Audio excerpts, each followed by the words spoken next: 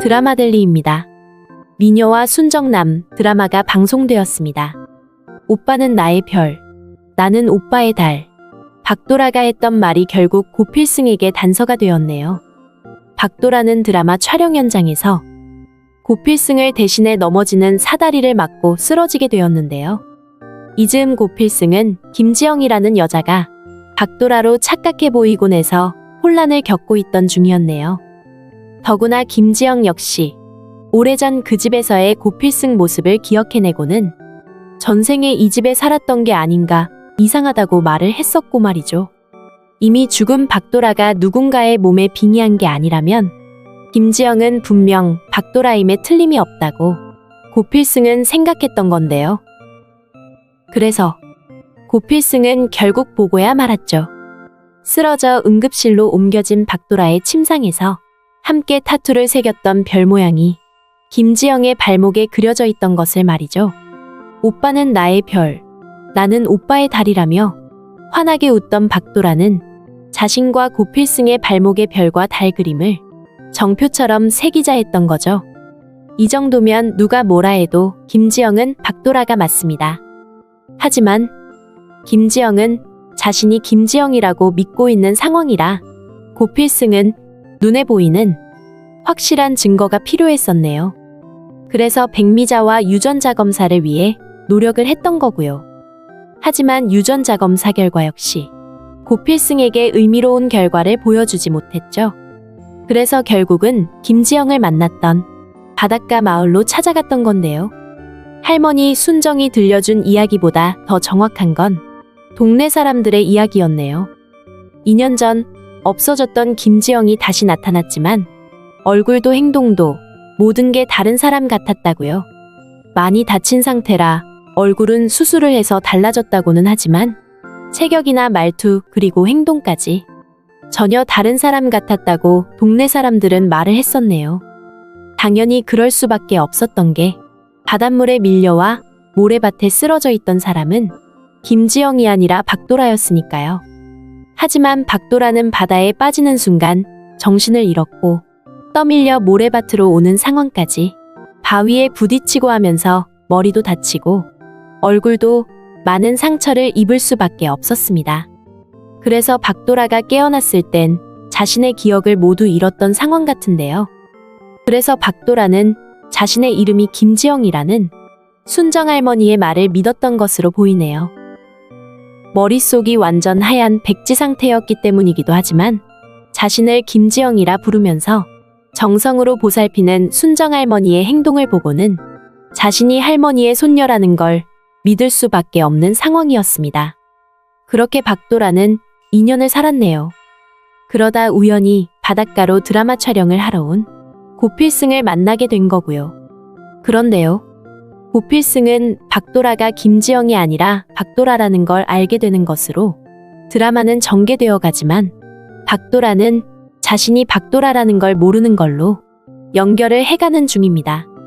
아마도 김지영이 박도라라는 걸 알게 된 고필승이 아직 기억을 되찾지 못한 박도라를 사랑으로 보살펴주면서 자신이 박도라라는 걸 기억할 수 있도록 도와주게 될 것 같은데요. 이렇게 평면적으로 이야기가 흘러갈 수도 있지만 절대 잊어서 안 되는 건 박도라가 연기 잘하는 유명 배우였다는 것이죠. 평범한 직업을 가진 사람이었다면 지금 흘러가는 대로 전개가 될 수도 있겠지만 박도라는 죽음 앞에 떨어지기 전까지 유명한 배우였다는 것인데요.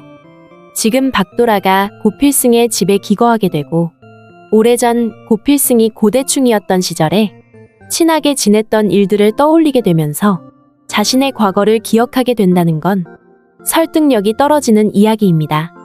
왜냐면 고필승의 집으로 오게 되기 전 2년의 시간이 있었기 때문인데요. 박도라는 순정할머니가 진짜 손녀로 대해주면서 김지영으로 부르며 살았지만 자신이 김지영이 아니라는 사실을 이미 얼마 전 알게 되었을 것으로 짐작이 되네요. 물론 자신이 유명 배우 박도라라는 것도 이미 다 알게 되었고요.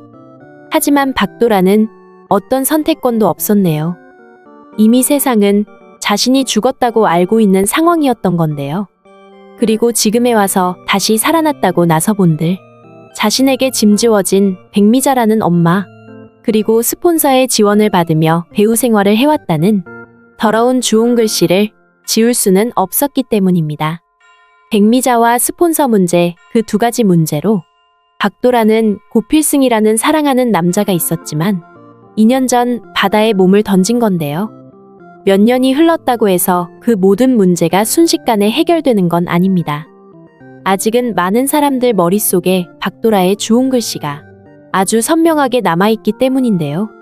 그래서 박도라는 자신이 현실을 헤쳐나갈 아무 방법이 없었기 때문에 바닷가 순정할머니 집에서 손녀 노릇을 하며 살고 있었던 것으로 짐작이 되네요.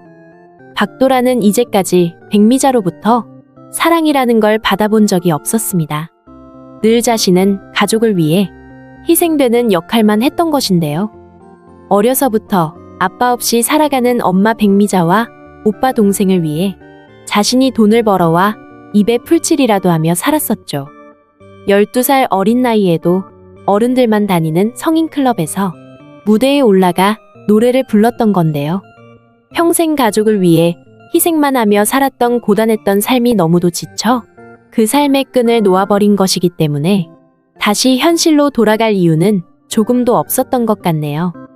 그리고 결정적인 건 죽음을 위해 바다로 떠나기 전 마지막으로 만났던 고필승의 태도였습니다.